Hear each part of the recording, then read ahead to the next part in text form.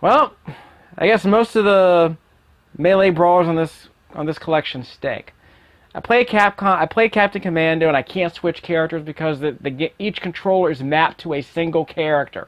I only have one controller right now, so I can only play as Mac the Knife, the Mummy, Commando. King of Dragons sucked because there's no combat, there's no combos. It's basically just, it's a very basic hack and slash. No real challenge or sophistication to it. Incredibly simplistic. And there's this game, which I don't remember liking very much, but I did play it in the arcade. I played it at the arcade when it came out, I want to say. Meh. Lancelot is the quickest, but the weakest. Percival is the strongest and slowest. Arthur is a well-balanced format, but well-balanced between the two extremes. So Lancelot is Cody. Percival is Hagar. Arthur is in between. Whatever. Attack and jump. Pressing the attack button several times will initiate a 4-hit combo, unlike King of Dragons. As you battle through the 9 stages, your character will come across a powerful horse that can be mounted and ridden into battle. Okay, again, we'll get to the whole horse riding thing later. It's not great. It's no Yoshi. But it's about the closest thing Capcom got to Golden Axe, I want to say. There weren't that many mounted... I mean, there were some mounts in Captain Commando, but not that many. I think there were only like 3 stages that even had the ability to ride anything, which is weird. I mean, I think Golden Axe let you ride stuff in every stage, but the obvious problem being that the game was so lame that you basically riding a mount was a liability in that game because you can hardly even tell if you were going to make contact with the enemy when you're riding it. It was just bad. Hit detection hurts. Hitboxes matter, kids. You got to refine stuff so it's easier to control. It's easier to judge whether an attack's going to make contact or not in a game where the hitboxes are consistent. Maybe they were consistent, it's kind of hard to figure out where they were. Final Fight never had that problem. So you don't want to take that for granted. Okay, that's cute.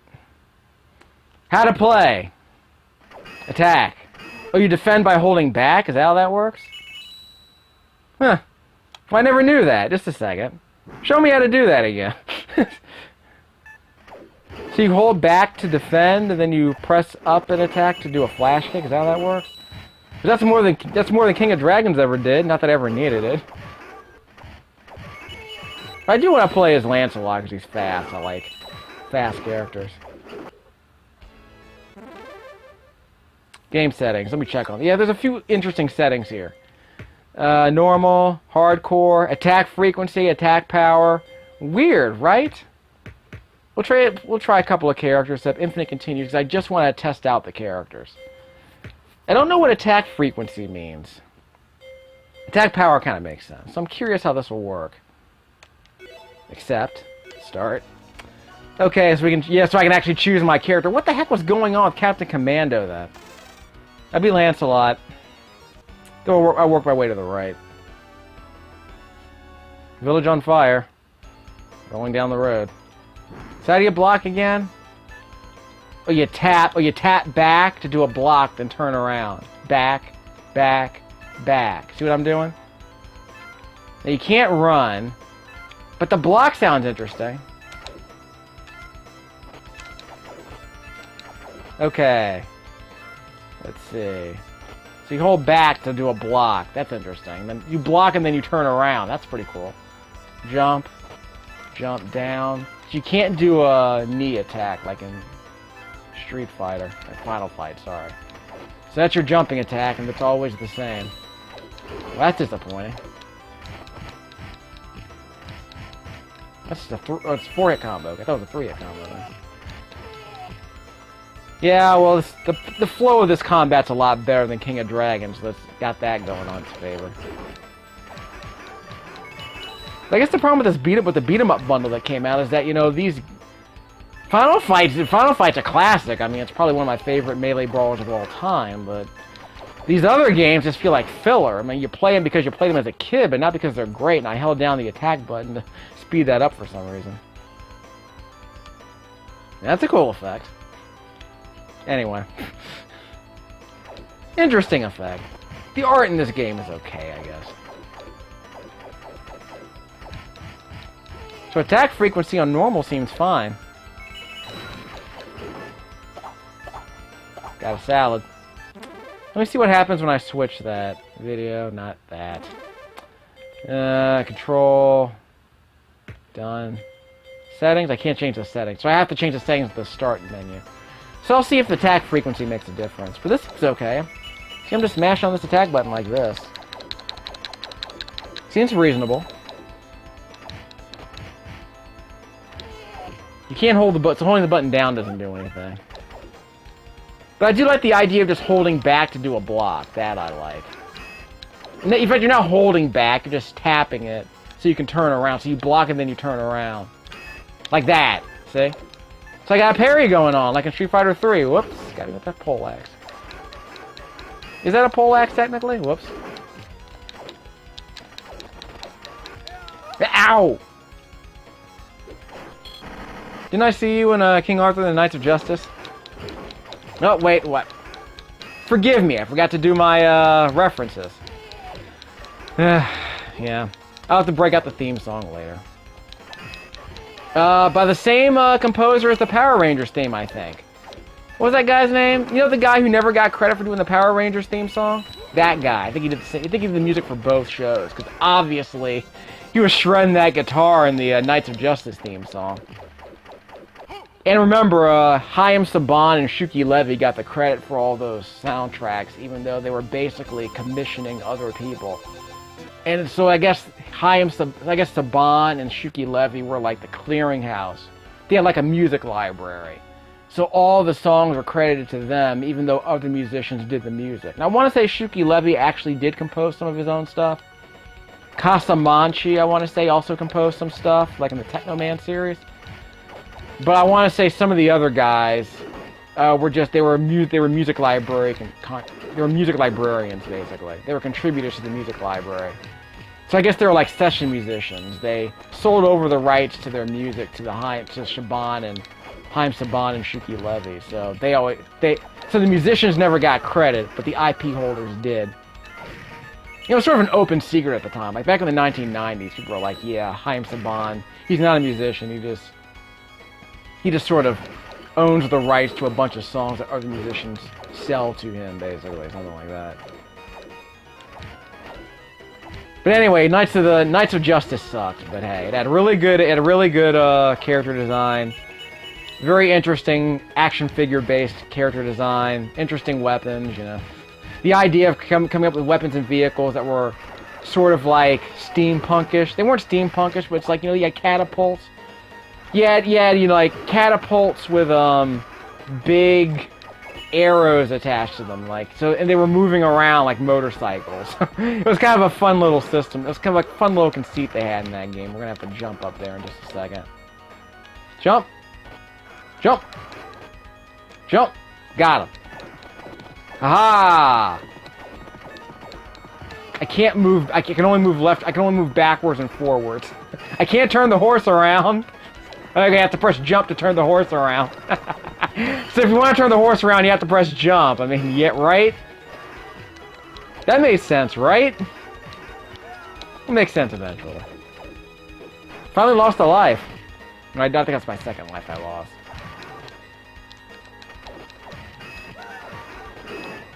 Those sound effects are kind of weird. The whole huh, whatever he's saying, that's kind of weird. I did dig it a little bit. Okay, so this game flows a lot better than King of Dragons. Got much better combat.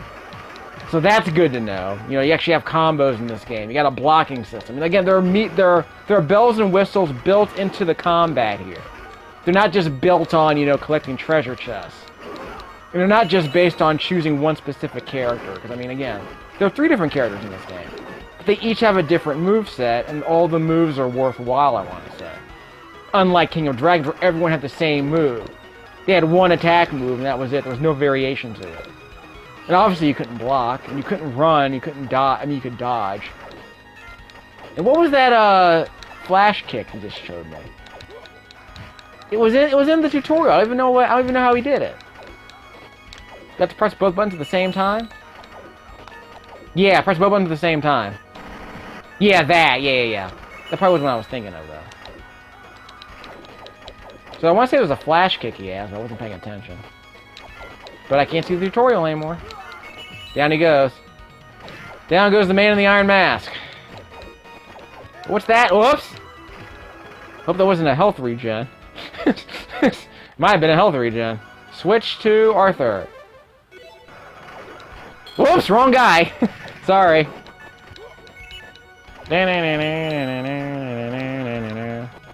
How did I do that? You saw me do that. You saw me do that kick, right? How did I do that? So I double tap forward. So I double tap forward and press attack. Okay, how did I do that spin move?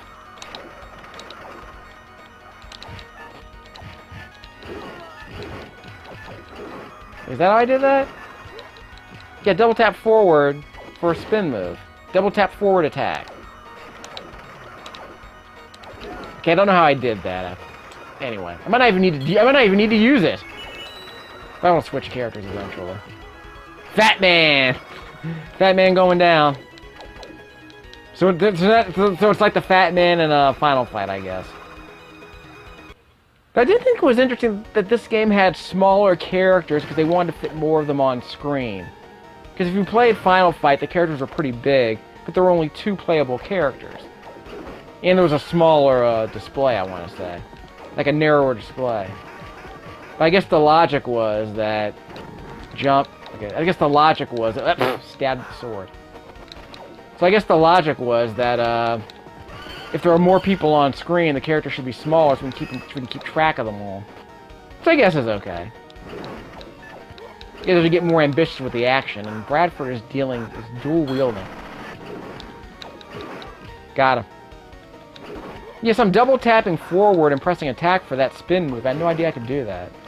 Don't know if it serves a purpose. But no, you can't. You also cannot grab enemies. At least Lancelot can't. Maybe Percival can. Yeah, don't let him do that. Okay, down he goes. Okay, I'm gonna die again.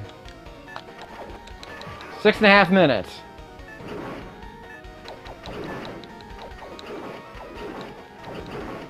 Darn it. Got him. Thanks for the salad, dude. That gave me, like, no health. Wow. Defeated. So I finally got the pattern down. Yeah, I wasn't finished picking up all that treasure, by the way. Good lord. And leveled up. So what do I get when I level up?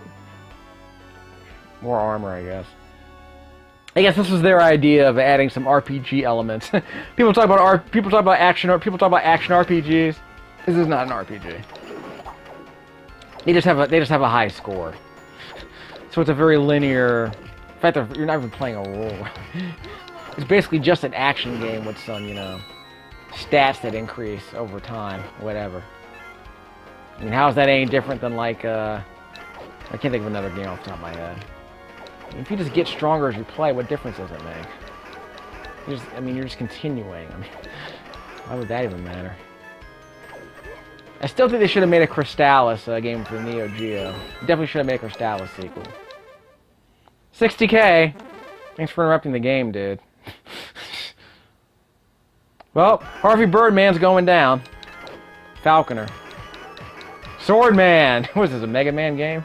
Fat Man, Swordman, Birdman. Ow! Bradford.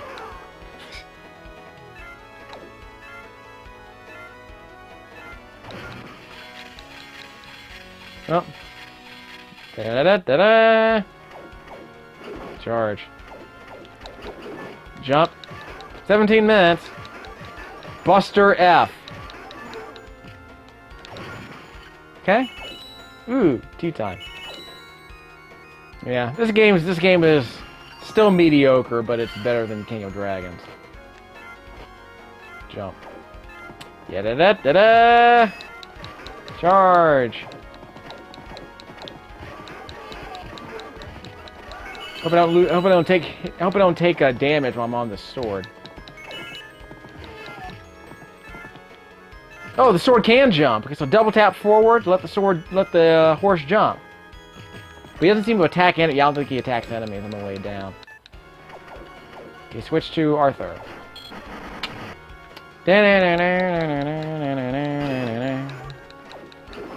He's got the horse. Get him off the horse.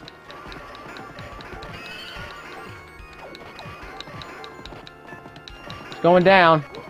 Crap. Okay. Ow! I lost a life already. Good lord. Do. Right? So why? Ow. Had to do it. Do it in every single game with a white horse. Every single game with a white horse, I do that. Even if there's a black horse, I do the same song. Alright, are we done yet? I want to see if I can jump over this. I want to see if I can jump on these enemies. Ow! Well, he ran over him. Does that count? He ran away, but hey, he did some damage on the way. Swordman! Ow! Swordman. Will someone get the Joker out of here? Masked Man, sorry. Because the names are no more generic than Final Fight. Doug. Simon. Hollywood. Here's a bunch of red Hollywoods down here. Birdman's down. Buster S. Let's get that dude off the sword. Down he goes. Ride the brown horse. Ow! You can also double tap backward if you want to jump backward, which is always nice. Gives you a few more mobility options at least. I'll take that. Thank you very much. Fat loot. Okay, I can't... Yeah, I can't jump on them. So again, I don't know what purpose that serves, but anyway. Fat Man goes down. I'm on the horse. 80,000, I should get another life, right?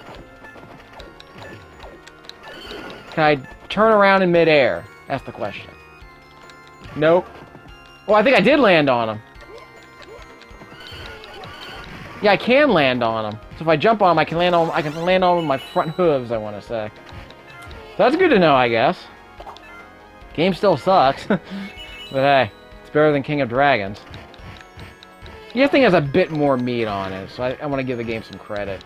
It's no Final Fight, but it's got something to it. Like I said, all those double tap forward attacks. Like in Streets of Rage 2, you double tap forward, and you attack to do like a special attack. Well, it's not really that strong an attack. But it's kind of like Streets of Rage 2. So that part's kind of interesting. Okay, Percival. Dun, dun, dun, dun, dun, dun. Is that a jumping somersault attack? Yeah, I like that. Okay, I guess something on the screen gave a really strong sound effect. Made it sound like I earned something. So you double tap forward and attack, that little spinning attack. Well, I didn't pick that up! Dude! Jeez. So I guess I'm gonna finish this video then. Yeah, it's got a bit of meat on it, but I mean, I don't think I really want to play a harder difficulty level. There's not much to it. So he doesn't have a body splash attack like Hagar or anything. Oh, we can run! Yeah, Percival can run! That's good to know. Finally, someone in this game has a running attack. And he rushes forward with his sword in front of him. That's what with his axe, sorry, axe. Yeah, you can attack multiple enemies at once. That's good to know. Okay, so I don't attack the enemies with my axe. I just run towards them with it. What is this, a gladiator? We got tigers attacking me? Crap. That run is cool, though. I didn't know Percival could run, because apparently none of the other characters can run. Because Lancelot doesn't need to run. He's fast already, right? I wish the game would have made that clear earlier. Maybe it does in the tutorial, but I'm never gonna get a chance to read it. Okay, here's my running attack. Okay, I'll use my jumping attack instead, whatever. He's got a really late swing on that jumping attack. It only makes contact at the bottom of the jump. So I watch this. I'm gonna press it at the beginning of the jump. See, it doesn't matter. The wind up is so long that it only connects on the bottom of the jump.